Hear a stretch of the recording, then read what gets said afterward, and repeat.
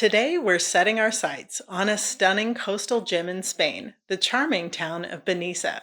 Hi, my name is Nicole. Welcome to my channel, Travel to Money. In this video, we'll be diving deep into everything you need to know about Benissa. We'll explore the picturesque, historic city center, unveil the secrets of the captivating coastline, and even chat about what it might cost to own a piece of paradise here.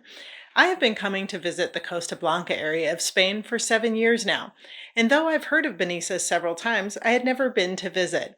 I've had several people mention Benissa recently, so I decided to hop over and see Benissa after visiting my favorite Saturday market in the nearby town of Jalón.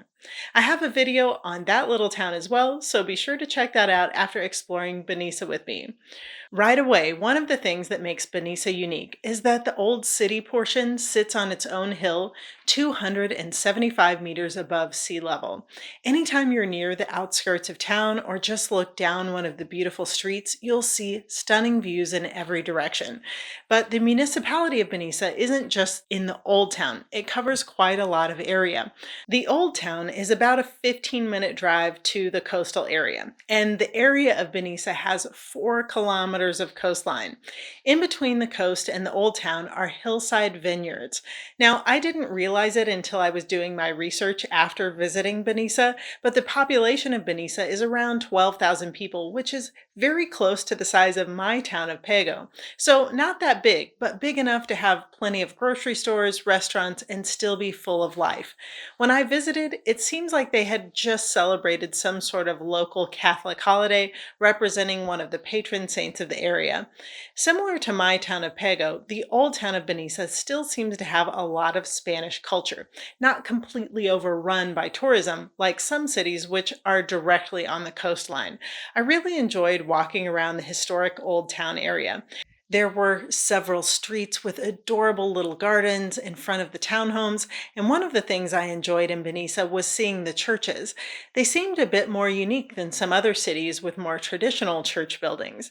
This first one really stands out. In English, it is Basilica of the Immaculate Conception and St. Peter the Apostle. I won't even try to pronounce it in Spanish because I'm sure I would embarrass myself. This church was built in the early 1900s to serve the growing population of Benissa. As you can see, it was designed in a neo-Gothic style of architecture. I didn't go inside this particular church, but it was my favorite to walk around. The architecture is really beautiful. On my walk, I saw one other small church and then got to visit the Franciscan Convent and Seminary, over 400 years old. It has a beautiful courtyard, and like many chapels, you can go inside and view the Renaissance artwork. The days of it being a seminary ended in the late 70s, and the monastery closed in recent years due to no longer having the younger generations joining the clergy. The weekly mass is now given by priests from my town of Pego, actually, and the building continues to be a cherished landmark for the city of Benissa. You really don't have to be a person of faith to enjoy seeing these historic church buildings that fill the towns throughout Spain. After wandering the streets of Benissa's old town, I stopped for a beer at one of the local cafes. Drinks like beer, wine, and coffee are one of those things that continue to be really affordable in Spain, especially in these smaller towns. There's a restaurant I visit in Pego often where a beer is the same as the cost of ordering a bottle of water. Usually around €2 for a common beer is what you can expect in places like Benissa. Having drinks such as coffee and beer are a common part of social life in Spain, and one of my favorite things about daily life when I'm here. I decided to head back to my car and check out the coastal area of Benissa. The N332, which is an old and famous highway in Spain that runs along the coastal area from Valencia down the entire Costa Blanca area and ending near Torrevieja. It actually runs right through the old town of Benissa. Now, when I say old highway, this is not the main highway between the big cities, but a 2-lane road that should be considered the scenic route, with plenty of curves, roundabouts, and lights from time to time. Now, getting to the coastal area of Benissa, you can't avoid the curvy roads. If you're someone with motion sickness, this might not be the area for you, but it is a lovely little drive through the vineyards. Once you get to the coastal area, you really start to see some stunning housing, as there is definitely money that has been poured into that area. As you can imagine, this would be the more expensive area to live, as vacation homes near the beach in Spain are the most popular. But before we get into the housing market in Benissa, let me tell you about one of the coolest things, the ecological walk. Remember I mentioned that Benissa has 4 kilometers of coastline? Well, it has been well protected, and there is a stunning walk that goes almost the entire length of the Benissa coastline. Throughout the trail, you will see signposts about the culture and history, as well as ecological information. As you walk, you'll see dark spots in the sea, which are protected Neptune grass prairies with major importance for the marine ecosystems. The walk is truly stunning. One of my favorite things about spending so much time in Spain is going on these coastal hikes. There are views for the entire walk. Although, don't think it's just a flat trail. It is well paved, but there are also plenty of stairs going up and down the cliffside. There are several beaches to choose from along the way, as well as coves. You don't want to miss this walk if you visit the area. Now, living anywhere near here is likely going to be expensive. Let's take a look at housing prices in Benissa. I usually like to check out idealista.com to get an idea of real estate prices in an area. Spain doesn't have any one website where you'll see every listing, but this is just a good place to start. If you put in Benissa and select the municipality, you'll have 4 areas to choose from: the Old Town area at the top, the Vineyard area, and the 2 coastal areas below. Looking at the Old Town area first, the least expensive listing is €65,000 for a cute little studio apartment with some exposed stone.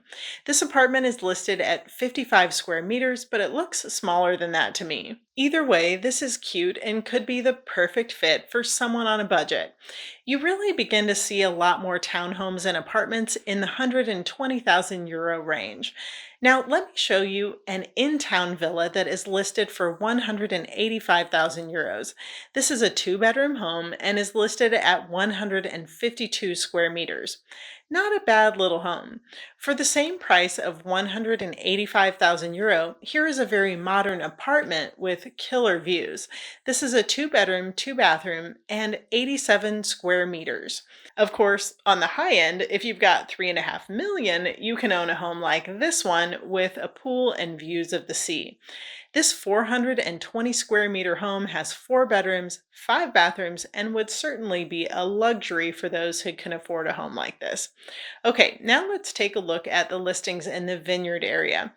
The least expensive house in this area is €230,000 for a 2-bedroom, unique apartment that does have stunning views, but could use a little updating in my opinion.